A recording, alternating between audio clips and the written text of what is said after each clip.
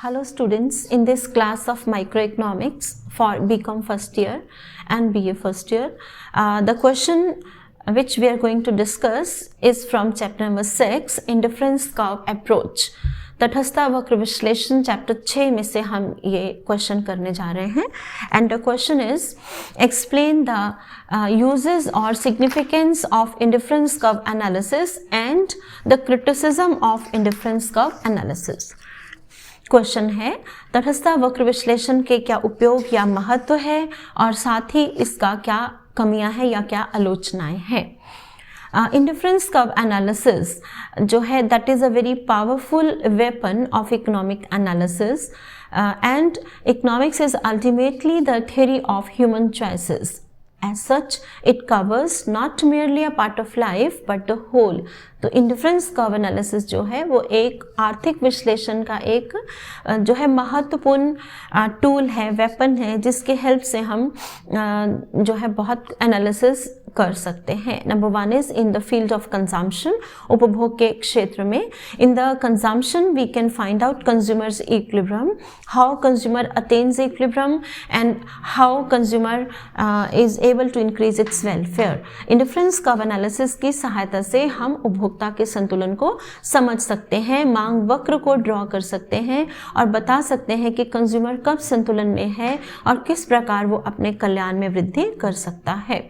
Point number 2, consumer surplus, उपभोक्ता की बचत. Indifference curve analysis helps us to quantify consumer surplus. We can measure consumer surplus. उपभोक्ता की बचत को मापा जा सकता है. अर्थात हम बता सकते हैं इंडिफरेंस कर्व एनालिसिस की हेल्प से कि price which consumer is willing to pay minus the price which consumer actually pay, that is called the consumer surplus. उपभोक्ता की बचत का अर्थ है कि जो कीमत किसी वस्तु के लिए उपभोक्ता देने को तैयार है माइनस वो कीमत जो वास्तव में देता है. तो ये जो अंतर है उसे उपभोक्ता की बचत कहा जाता है and this can be explained with the help of consumer surplus. Indifference curve complete next point is complete explanation of demand, मांग का पूर्ण वर्णन. इंडिफरेंस कर्व एनालिसिस क्यों बेटर है और क्यों इसका यूजफुलनेस ज़्यादा है, because this analysis helps us to understand the price effect. कीमत कम होती है या बढ़ती है तो उपभोक्ता संतुलन में जो परिवर्तन आता है उसे हम कीमत प्रभाव कहते हैं और इस कीमत प्रभाव को आगे हम बांट सकते हैं नॉर्मल गुड्स के केस में, इनकम इफेक्ट और सब्स्टिट्यूशन इफेक्ट में, और इसी प्रकार से जो गिवन गुड्स हैं उसमें भी सब्स्टिट्यूशन और इनकम इफेक्ट में बांटा जा सकता है. Next point is in the field of production, उत्पादन के क्षेत्र में. In the field of production, we can find out producers' equilibrium with the help of isoquant curves. सम उत्पादन वक्र एंड आइसो कॉस्ट लाइन की हेल्प से वी कैन फाइंड कि जो उत्पादक है वो कहाँ पर संतुलन में है. A producer uses labour and capital और लैंड से 2 factors of production and with the help of these factors कितना उसका मैक्सिमम प्रोडक्शन होगा और कहाँ पर वो संतुलन में होगा, that we can find out with the help of indifference curves. Next is in the field of exchange, विनिमय के क्षेत्र में. विनिमय means when 2 individuals trade with each other, हम एक वस्तु को बेचते और खरीदते हैं. Then how when 2 persons sell and buy, then both will be in equilibrium when the marginal rate of substitution is equal for both the goods, for both the consumers. जैसे कि अगर बार्टर सिस्टम है तो there are 2 persons से A and B, A person B को कुछ देगा और उसके बदले में B से कुछ लेगा, तो ये एक्सचेंज हो गया. तो संतुलन कहाँ पर होगा, कहाँ पर बोथ सेटिस्फाइड होंगे, when the marginal rate of substitution for person A is equal to marginal rate of substitution for person B, X और Y जो 2 goods हमने ली हैं. Point number 6 is in the field of distribution, वितरण के क्षेत्र में. Indifference curves helps us to find out how the national income is distributed among the different factors and how the rate of individual labor or say individual land or rate of interest for capital is determined. So it means we can find out कि एक labour का supply curve किस तरीके का होता है. For example generally एक labour का जो लेबर का सप्लाई कर्व है वो बैकवर्ड स्लोपिंग है. बैकवर्ड स्लोपिंग है इट मीन्स कि कंज्यूमर जो है उसका इनकम इफेक्ट नेगेटिव हो जाता है. व्हेन एक पर्टिकुलर लेवल तक हमारी इनकम बढ़ जाती है काम करने के बदले में, then labour prefers leisure entertainment to work. तो उस केस में हाई वेजेस पर वो कम घंटे काम करना पसंद करता है. तो क्योंकि नेगेटिव इनकम इफेक्ट जो है वो पॉजिटिव सब्स्टिट्यूशन इफेक्ट से एक्सीड कर जाता है, बढ़ जाता है, अधिक हो जाता है. तो इसलिए सप्लाई ऑफ लेबर का बैकवर्ड स्लोपिंग पीछे की ओर मुड़ जाता है. Next point is in the field of public finance.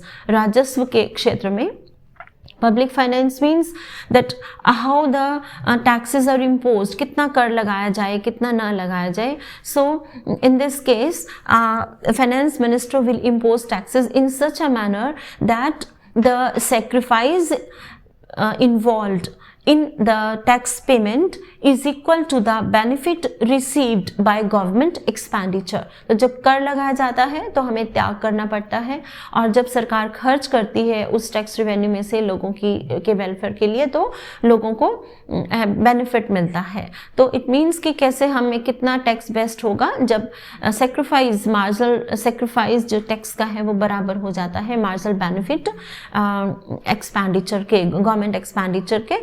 तो वो बेस्ट लेवल होता है टैक्स का. Next is rationing and indifference curve analysis. तटस्थ वक्र विश्लेषण और राशनिंग का जो कंसेप्ट है. Rationing means that some quantity of the goods is fixed which government supplies to the people. जैसे राशन डिपो पर जो है वो हमें मालूम है कि राशन कार्ड के थ्रू इतना हम फिक्स क्वांटिटी ऑफ गुड्स ले सकते हैं. But sometimes that quantity of goods which even we get at very low price may not give us more satisfaction even due to low price. Why? Because the commodities that give us different satisfaction, for example, just I take example from your book that due to rationing of wheat and rice in Delhi, every resident of this city will get equal quantity of wheat and rice, but South Indians in Delhi will get more satisfaction from rice than wheat. On the other hand, Punjabis living in Delhi will get more satisfaction from wheat than rice. So it means that with the help of indifference curves, Punjabis and South Indians would be able to decide the rate at which they should exchange wheat and rice among themselves so as to get maximum satisfaction.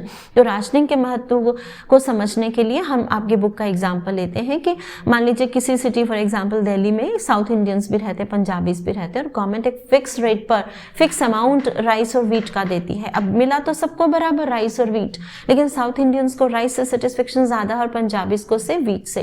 तो both can exchange कि अपना rice जो है वो Punjabis south Indians को देते हैं और साउथ इंडियन से वीट ले लें. So this is how rationing जो है वो हेल्प करेगा आपके लेवल ऑफ सेटिस्फेक्शन को बढ़ाने में भी. Next point is effect of change in price index. मूल्य जो सूचकांक है, कीमत सूचकांक है, उसमें परिवर्तन का प्रभाव हम समझ सकते हैं. When the prices change, so there is change in the consumers equilibrium. जब कीमतें बढ़ती हैं तो उस केस में कंज्यूमर की परचेसिंग पावर कम हो जाती है. Means a higher value in the price index will lower the standard of living of the people and consumers will move from higher to lower indifference curve. जब कीमतें बढ़ती हैं, general कीमत सूचकांक बढ़ जाता है तो उपभोक्ता की जो क्रय शक्ति है वो कम हो जाती है और वो ऊंचे वाले इंडिफरेंस कर्व से नीचे वाले इंडिफरेंस कर्व पर आ जाता है. तो इंडिफरेंस कर्व की हेल्प से हम मेजर कर सकते हैं कंज्यूमर के स्टैंडर्ड ऑफ लिविंग का चेंज. अगर वो हायर इंडिफरेंस कर्व पर जा रहा है due to fall in price, so it means कि उसका वेलफेयर इंप्रूव हो गया, उसका जीवन का स्तर इंप्रूव हो गया. And last point is effect of government policy on economic welfare. सरकारी नीति का आर्थिक कल्याण पर प्रभाव. If due to change in government policy consumers move from lower to higher indifference curve, ऊंचे वाले तटस्थ वक्र पर पहुंच जाता है, तो it means that policy is good. And if at to the lower indifference curve, और अगर नीचे वाले तटस्थ वक्र पर कंज्यूमर पहुंच जाता है, it means that policy is not good in favour of, that is not in favour of the public. So these are the uses और significance of indifference curve analysis. Now इसी क्वेश्चन का सेकंड पार्ट, जो second B part है, explain the criticism of indifference curve analysis.